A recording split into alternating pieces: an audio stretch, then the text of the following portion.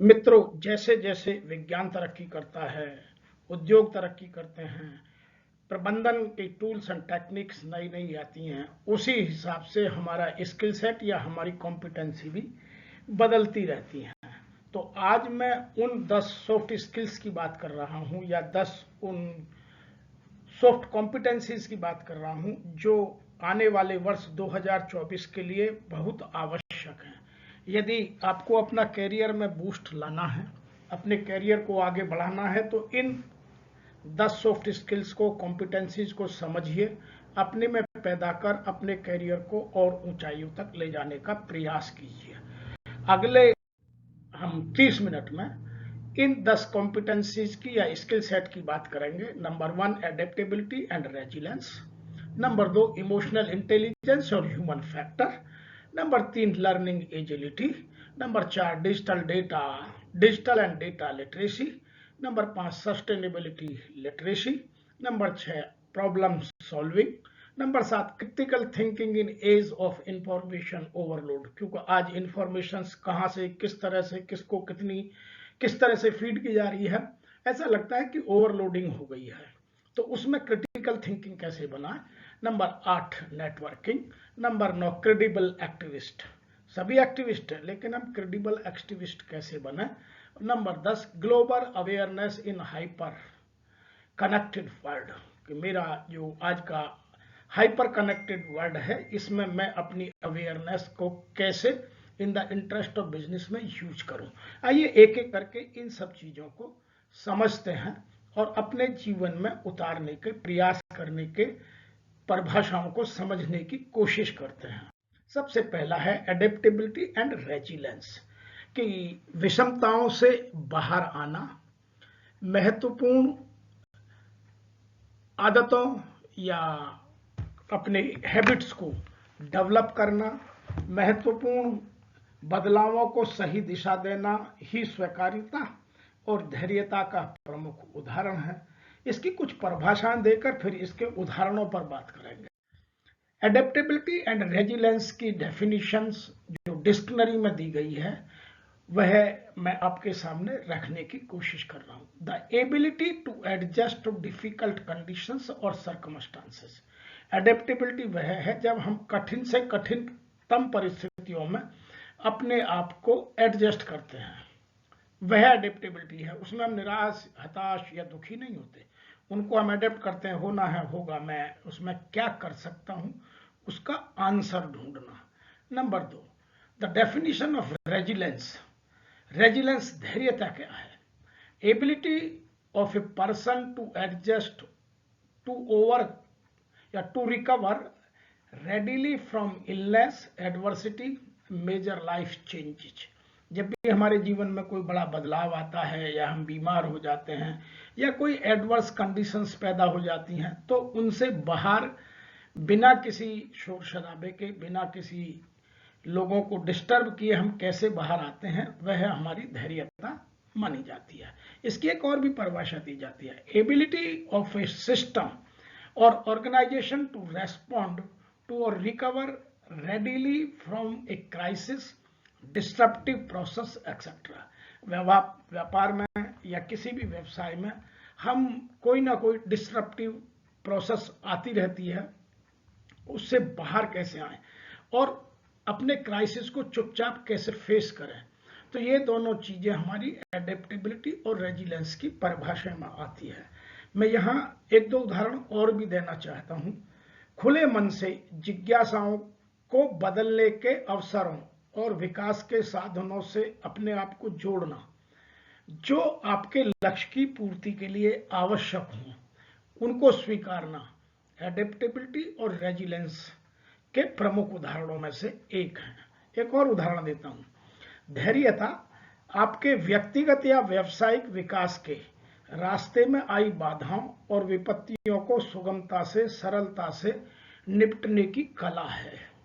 तो जो ये डेफिनेशन मैंने दी, उनसे मिलते जुलते ही मैं उदाहरण दे रहा हूं।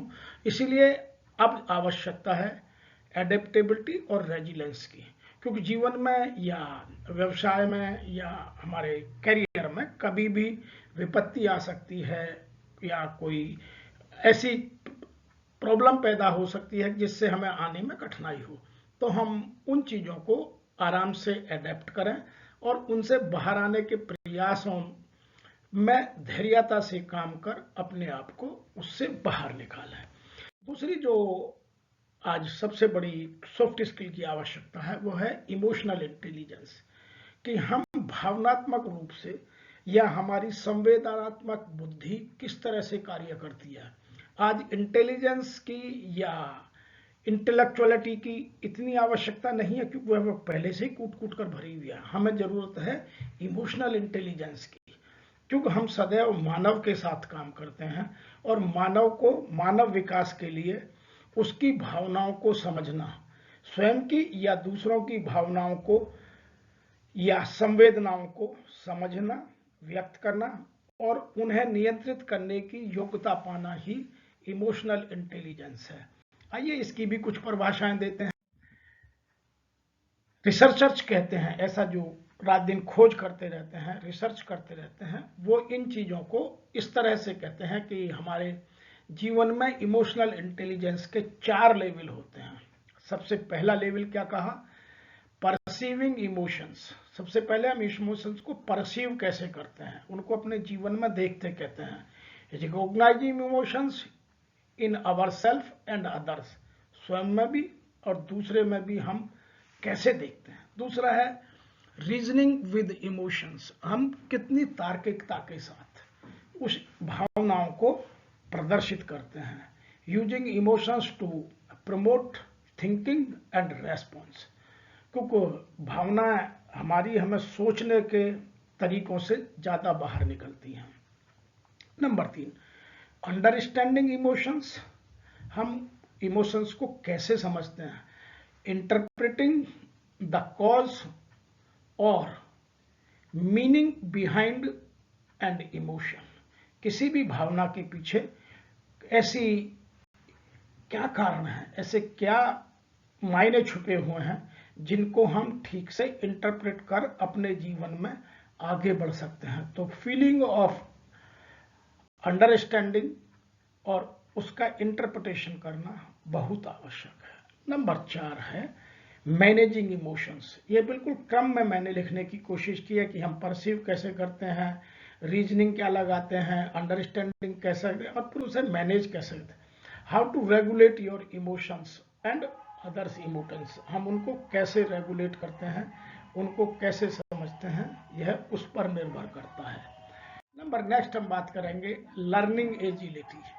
मेरे जीवन में मेरी शिक्षा या मेरी सीखने की दक्षता का क्या महत्व है और वो मेरे अंदर कितनी है, मैं कितनी तेजी से नई चीजें सीख सकता हूं या भविष्य में आने वाली समस्याओं को या बाधाओं को, रुकावटों को दूर करने के लिए अपनी क्षमताएं और अपनी दक्षताओं को किस तरह से विकसित कर सकता हूं या विकसित करने का प्रयास करता रहता हूं, यह इस बात पर निर्भर करती है। नंबर नेक्स्ट है, मैं इसकी कुछ उदाहरण के साथ आपको समझाने का प्रयास करता हूं।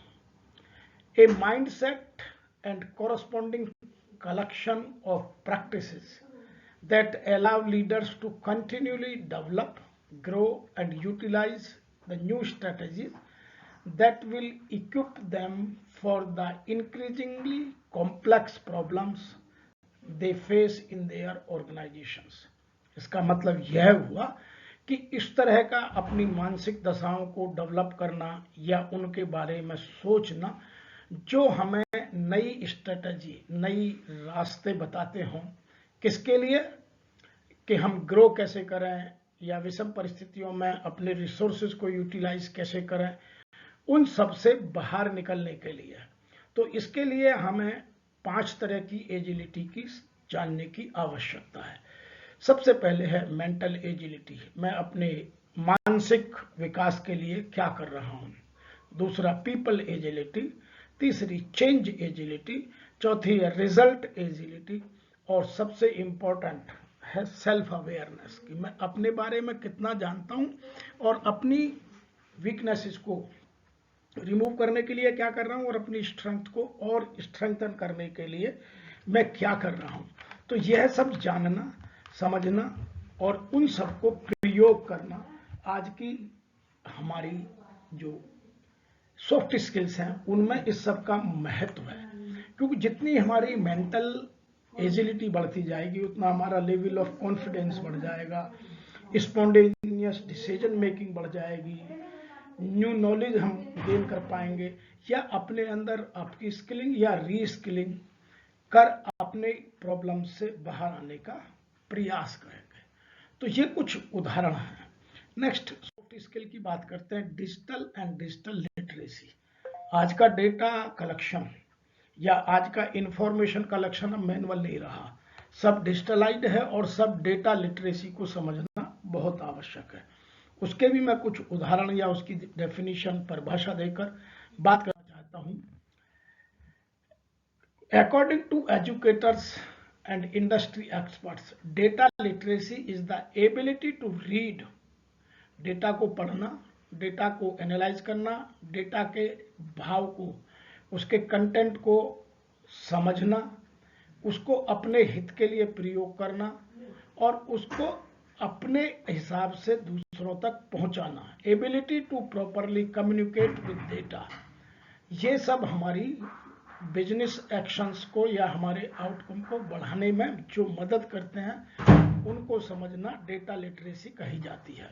दूसरी बात, टू ड्राइव मीनिंग और value from data one need to understand what the data is saying, कि उससे महत्वपूर्ण जानकारी निकालने के लिए हमें यह समझना जानना आना चाहिए कि मेरा डेटा क्या कह रहा है, इनसे मैं किन किन इंफॉर्मेशंस को ग्रैब कर सकता हूं। आजकल लोग डेटा तो बहुत कलेक्ट कर लेते हैं, डेटा कहीं से खरीद लेते हैं, लेकिन उसको इंटरप्रेट करने के लिए जो कॉम्पिटेंसी चाहिए वो मेरे में है या नहीं है, वह पैदा करनी बहुत आवश्यक है।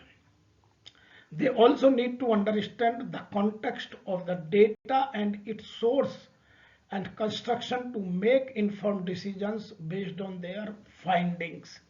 जो उन्होंने अपनी फाइंडिंग निकाली है उन हिसाब से अपने व्यवसाय में या अपने बिजनेस में या अपने उद्योग में मैं कैसे लागू करूं, यह भी आना चाहिए। तीसरी बात, इससे भी जो कठिन है, business need to take steps to educate their employees to become data literate. अब उद्योगों को या संगठनों को या एंटरप्रेन्योर को, एम्प्लॉयर्स को भी ये कोशिश करनी पड़ेगी कि वह अपने टीम मेंबर्स को किस तरह से एजुकेट करें कि वो डेटा को समझ सकें और डेटा को अपनी ऑर्गेनाइजेशन की ग्रोथ के लिए प्रयोग कर सकें। इसके 3 फायदे हैं। Communicate in A short data lingua François for improved understanding of discussions about it. हम पहले उसको कम्युनिकेट करें। बहुत सारे सर्वे हम उद्योग में कराते हैं, जैसे मार्केट सर्वे करते हैं, एम्प्लॉय एंगेजमेंट सर्वे करते हैं, प्रोडक्ट का सर्वे करते हैं, प्रोडक्ट मिक्स का सर्वे करते हैं, न्यू कस्टमर्स का सर्वे करते हैं, या और बहुत सारे हम मार्केट में सर्वे करते रहते हैं। उनको कैसे इंटरप्रेट करें, किस मार्केट में जाकर हम अपने प्रोडक्ट को और स्ट्रॉन्ग करें, यह सब निकालना डेटा लिटरेसी का ही हिस्सा है। दूसरा, identify unexpected operational issues and identify their root cause. हम डेटा से यह निकालें, जैसे किसी उद्योग में बार बार मशीनरी ब्रेकडाउन बहुत होता है, या प्रोडक्ट में कंप्लेंट मार्केट से बहुत आती हैं, या जो हम सर्विस दे रहे हैं उसमें कहीं ना कहीं हमारी क्वालिटी इंफीरियर होती चली जा रही है। तो इन सब चीज़ों को आइडेंटिफाई करना और उनसे आने वाली जो समस्याएं हैं, जो ऑपरेशनल प्रॉब्लम्स हैं, उनको पहले से भांप लेना, समझ लेना और उनके रूट कॉज को दूर करना बहुत आवश्यक है। यह हमारे डेटा लिटरेसी का हिस्सा है। Number 3, avoid making ill informed decisions because of data misinterpretation. यदि हम डेटा का मिस इंटरप्रिटेशन करेंगे तो हमारी इंफॉर्मेशंस गलत होंगी और हमारे डिसीजन भी गलत होंगे, इसलिए उन सबको अवॉइड करना यह भी डेटा लिटरेसी का हिस्सा है। इसलिए आज वर्तमान में डिजिटल एंड डेटा लिटरेसी बहुत आवश्यक है। आज इलिटरेट वह नहीं है जो पढ़ना लिखना नहीं जानता, आज इलिटरेट वही कहा जाता है जो डेटा को ठीक रिसोर्स से नहीं उठाता और उसका ठीक से इंटरप्रिटेशन नहीं कर सकता, that is called illiterate person. Number 5 है सस्टेनेबिलिटी लिटरेसी। यह बड़ा इशू है। सस्टेनेबिलिटी या एनवायरमेंटल इश्यूज आज बढ़ते जा रहे हैं। अभी आप देख रहे होंगे कि एनसीआर में स्मोक का क्या हालत है, हर तरफ स्मोक ही स्मोक है। अब उसमें कौन किसको ब्लेम कर रहा है वह आज का हमारा विषय नहीं है। उसको हमें समझना है कि सस्टेनेबल बिजनेस लीडर्स क्या सोचें या अपनी कॉम्पिटेंसी या अपनी स्किल सेट को किस तरह develop. Number 1, to become a sustainability literate person, one must understand the interrelationship that exists between human, natural resources and environmental and development. इन चारों के कनेक्शन को, नंबर 1 ह्यूमन मानव और जो नेचुरल रिसोर्स हैं, जो प्राकृतिक संपदा बिखरी पड़ी है, उसका हम सिस्टेमेटिक तरीके से, रीजनेबल तरीके से केवल उतना ही यूज करें जितने की आवश्यकता है, उसको वेस्ट से बचें। तो ये वेस्ट कंट्रोल की बात करता है। दूसरा करता है कि हम एनवायरनमेंट को जो आज है उससे बेहतर करने की कोशिश करें और खराब करने में हमारा कंट्रीब्यूशन ना हो। तो वो मेरी बिजनेस एक्टिविटीज क्या होंगी ताकि मेरे आसपास का एनवायरनमेंट सदैव अच्छा बना रहे और मैं ग्रो भी करूं। एक परिभाषा तो लोग ये देते हैं। दूसरी बात करते हैं environmental stewardship and ecological intelligence. हमें इन दोनों चीजों को भी समझना आवश्यक है, क्योंकि यदि मैं इकोलॉजिकल इंटेलिजेंस नहीं यूज कर रहा हूं तो आने वाले टाइम में तो कोई गवर्नमेंट की पॉलिसी मेरे बिजनेस को अचानक बंद करने की बात करेगी। मैंने देखा है पिछले कुछ सालों में पॉल्यूशन कंट्रोल बोर्ड ने बहुत सारे उद्योगों के लाइसेंस कैंसिल कर दिए हैं। बहुत सारे उद्योगों को नोटिस दिए हुए हैं कि आप यहां से कहीं दूर शिफ्ट कर जाइए। तो ये हमारे बिजनेस के लिए हमेशा चैलेंजेस बने रहते हैं। तो हमें उन चीजों को पहले से ही समझना बहुत ज्यादा आवश्यक है। और मेरी जितनी भी पॉलिसीज मैं लाऊं उन सब में ग्रीन पॉलिसीज का समावेश कितना है। Number 3, we all must strive to become systematic thinker and understand several factors. हम उस तरह से लगातार सोचें और सिस्टम में डालें उन चीजों को जिनसे हमारी कुछ चीजें जो नीचे मैं बताने वाला हूं वो उन सबको प्रभाव करने से या प्रभाव आने से रोक सके। सबसे पहला है संसार में हर साधन की सीमितता है, कोई असीमित साधन नहीं है। अब जैसे कोल खत्म हो गया, कुछ और भी खत्म हो सकता है, कोल की जगह बॉक्साइट आ गया। अब आने वाले टाइम में और क्या क्या प्रॉब्लम्स आएंगी तो हमें बिजनेस में समझना पड़ेगा। तो हमें नेचुरल रिसोर्सेज को लिमिटेड तरीके से यूज करना है। जैसे अभी सीमेंट इंडस्ट्री बहुत तेजी से लाइम को यूज कर रही है, लेकिन लाइम की भी कुछ अपनी लिमिटेशंस हैं, उसका फिनाइट रिसोर्स है वो भी, और बहुत सारे ऐसे रिसोर्स होंगे। आयरन एंड ओर हो सकता है, कॉपर ओर हो सकते हैं, एल्युमिनियम ओर हो सकते हैं। तो बहुत सारी ऐसी प्राकृतिक संपदा है जो लिमिटेड है, हम उसको किस तरह से यूज करें यह हमारे निर्णयों में हमेशा रहना चाहिए। तब हम अपने आप को कह सकते हैं कि हम एनवायरमेंटल या सस्टेनेबिलिटी लिटरेसी की बात समझते हैं। दूसरा, climate change is real and is risk accelerant. Climate change जो आज बदल रहा है, जिसकी वजह से हमारे पूरे मौसम की हालात बदल गई है, बारिश कहीं कम कहीं बहुत ज्यादा, कहीं इस साल आपने देखा होगा पहाड़ों में भयंकर बादल फटने की घटनाएं हुई और कहीं सूखा पड़ रहा है।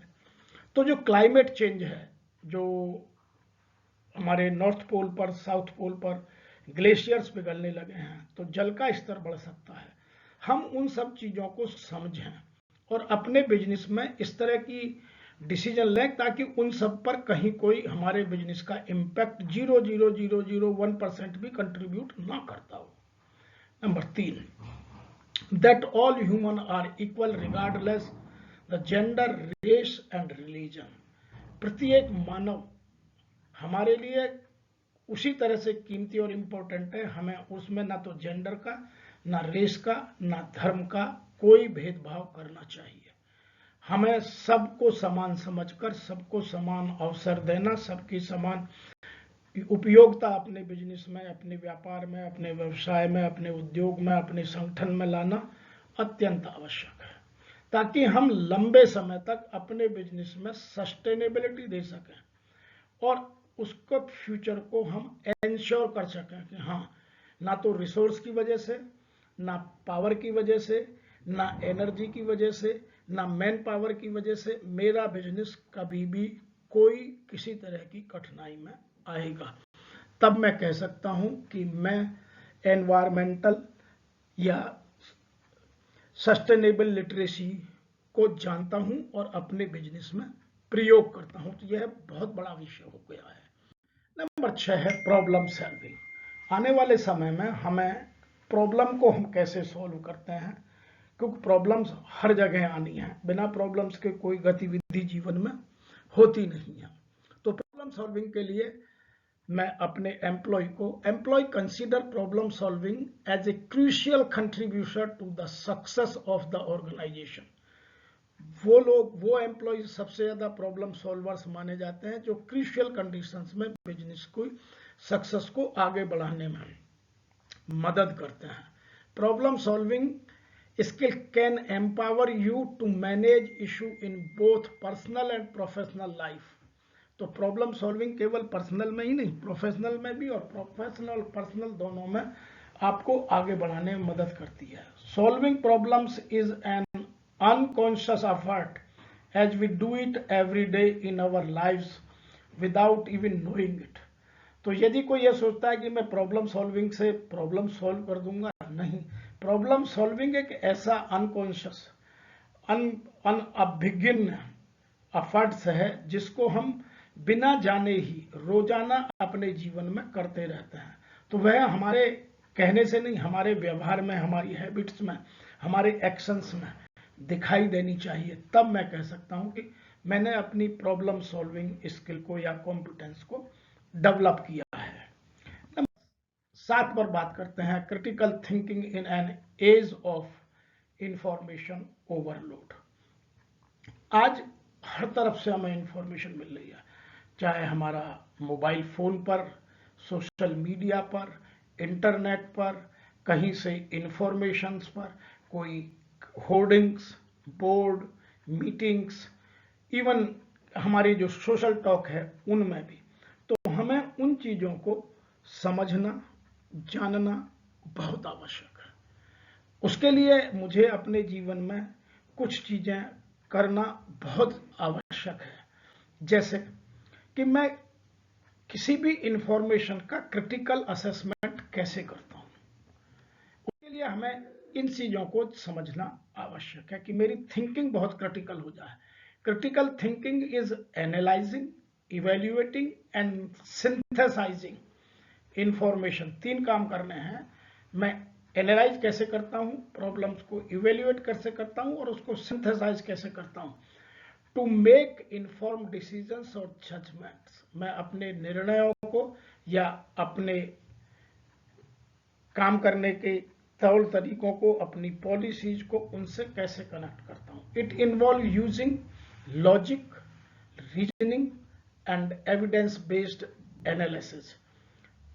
क्या होगा, ये 3 चीजों को अपने आप में इन्वॉल्व करती है। सबसे पहले कि मेरी थिंकिंग कितनी लॉजिकल है, कितनी रीजनेबल बेस्ड है, और एविडेंस बेस्ड पर बात करता हूं, केवल नॉलेज के आधार पर नहीं करता। What are the strong evidence available to safeguard my decisions, to identify strength and weakness in argument और आइडियाज। सबसे बढ़िया बात यह है कि यह मेरी स्ट्रेंथ या वीकनेसेस को मेरे आर्गुमेंट में, जहां मैं अपने बिजनेस में अपने तर्क या अपनी बात को अपने सीनियर के सामने, अपने कुलीग के सामने रख रहा हूं, उस समय ये सब सपोर्ट करते हैं। वह सब मेरी क्रिटिकल थिंकिंग से ही बाहर आ सकता है। तो उसके लिए मुझे कुछ चीजें समझनी होंगी। नंबर 1, अपने माइंड को मुझे लॉजिकल डेवलप करना पड़ेगा। तो लॉजिकल माइंडसेट मेरे अंदर इस स्किल को डेवलप कर सकता है। दूसरा, असेस डिफरेंट पर्सपेक्टिव्स। मैं समस्या को केवल एक ही पर्सपेक्टिव पर नहीं सोचता, मैं कितने पर्सपेक्टिव देख सकता हूं। यह भी हो सकता है, यह भी हो सकता है, यह भी हो सकता है, यह भी हो सकता है।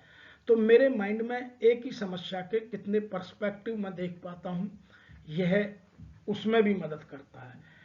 नेक्स्ट उदाहरण मैं दे सकता हूं, प्रपोज इफेक्टिव सॉल्यूशंस। ये भी संभव है, ये भी संभव है, ये भी संभव है। द बेस्ट क्या है, वह टीम मिलकर सेलेक्ट कर सकती है। तब मैं कह सकता हूं कि मैंने अपनी जो डेटा है जो चारों तरफ से आ रहा है उसमें से अपनी क्रिटिकल थिंकिंग को लगाकर उसको मैंने सेलेक्ट किया है।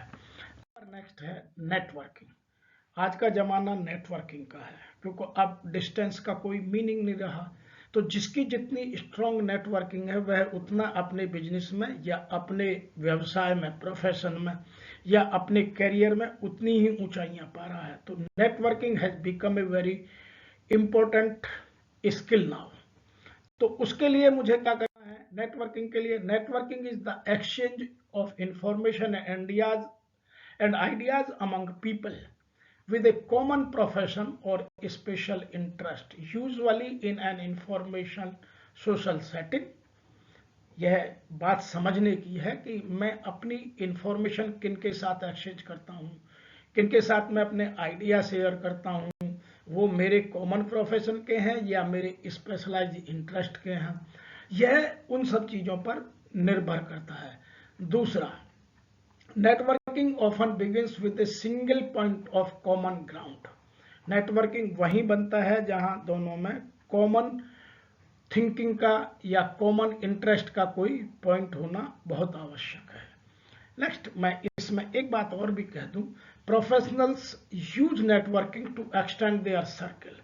जो आज के अच्छे लीडरशिप एक्सपर्ट माने जाते हैं उनका नेटवर्किंग का दायरा बहुत बड़ा होता है, उनका सर्कल बहुत बड़ा होता है, और वो जितने अपने सर्कल को बढ़ाते जाते हैं उतनी प्रॉब्लम सॉल्विंग में उन्हें आसानी होती जाती है।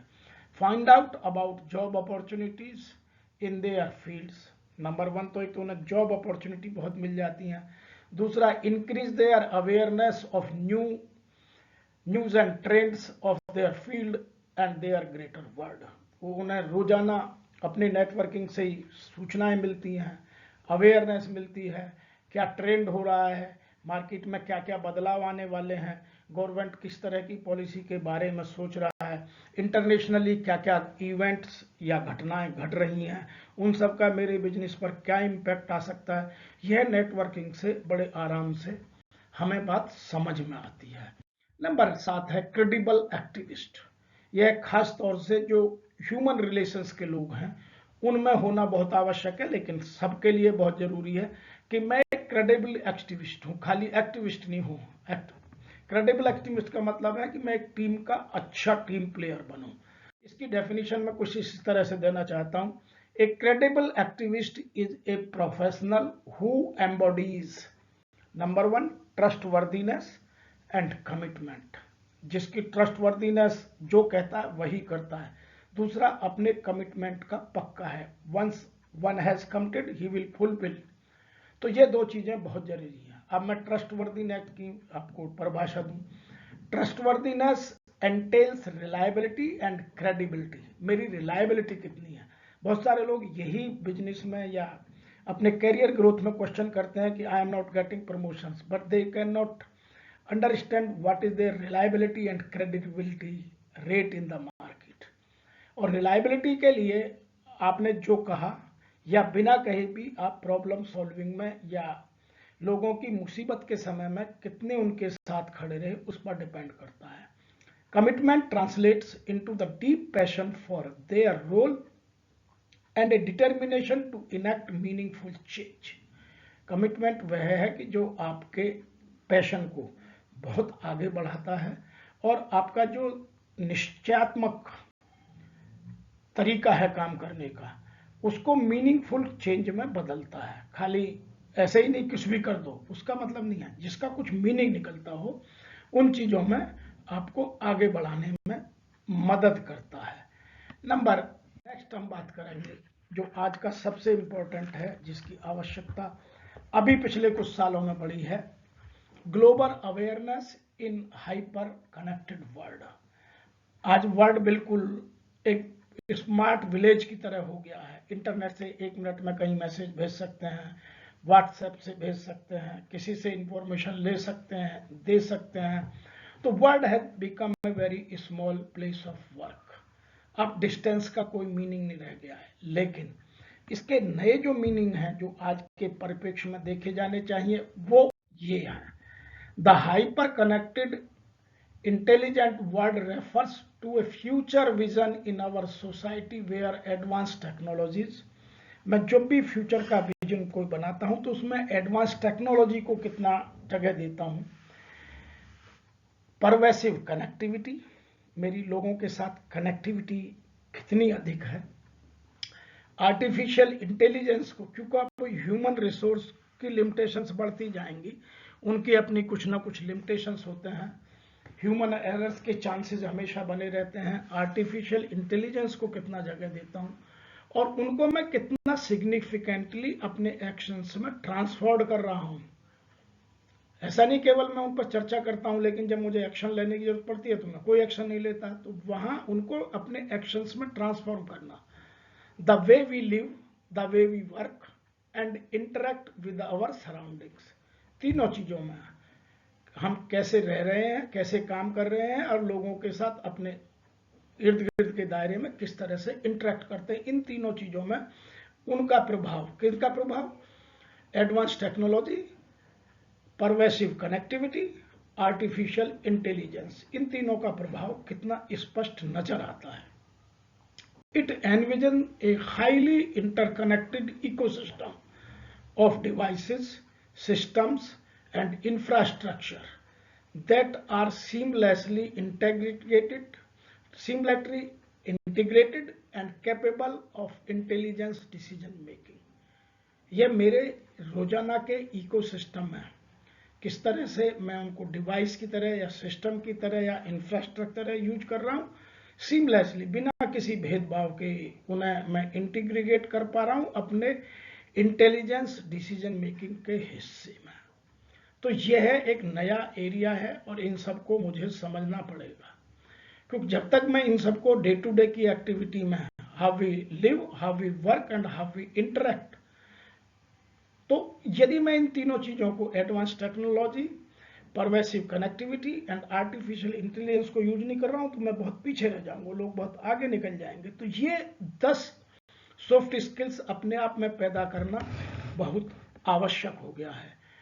मैं आशा करता हूं कि जो लोग इंग्लिश में इनको नहीं पढ़ पाते हैं, क्योंकि इन पर आज की डेट में बहुत जगह बहुत सारी चर्चाएं हो रही हैं, बहुत सारे ट्रेनिंग प्रोग्राम हो रहे हैं, बहुत सारे लोग आर्टिकल्स लिख रहे हैं, लेकिन मैंने ये वीडियो उन लोगों के लिए बनाया जो उनको नहीं पढ़ सकते, शुद्ध हिंदी की भाषा में समझकर, जैसे मीडियम लेवल के एंटरप्रेन्योर्स हैं या जिनको इंग्लिश नहीं आती है लेकिन ग्रोथ बहुत कर लिया है, अपने उद्योग को आगे बढ़ाने में मदद ले सकते हैं, आगे बढ़ सकते हैं और अपनी टीम को, अपने बिजनेस को और मजबूत कर भारत को एक नई गति देने में सहयोग दे सकते हैं। आज इतना ही। यदि आपको लगता है तो आप लिखिए अवश्य। आप मुझसे दिए हुए नंबर पर कनेक्ट कर सकते हैं, ईमेल करके हमसे बातचीत कर सकते हैं या मेरी वेबसाइट पर जाकर इस तरह की और बहुत सारी चीजें समझ सकते हैं। आपसे एक निवेदन कि आप मेरे चैनल को सब्सक्राइब अवश्य करें और मुझे लिखें अवश्य, ताकि मैं आपका सहयोगी बनकर आपकी समस्या के निपटाने में मददगार साबित हो सकूं। मेरे बिजनेस का कोर सेंटेंस यही है, वी केयर, हम आप सबकी केयर के लिए बने हैं।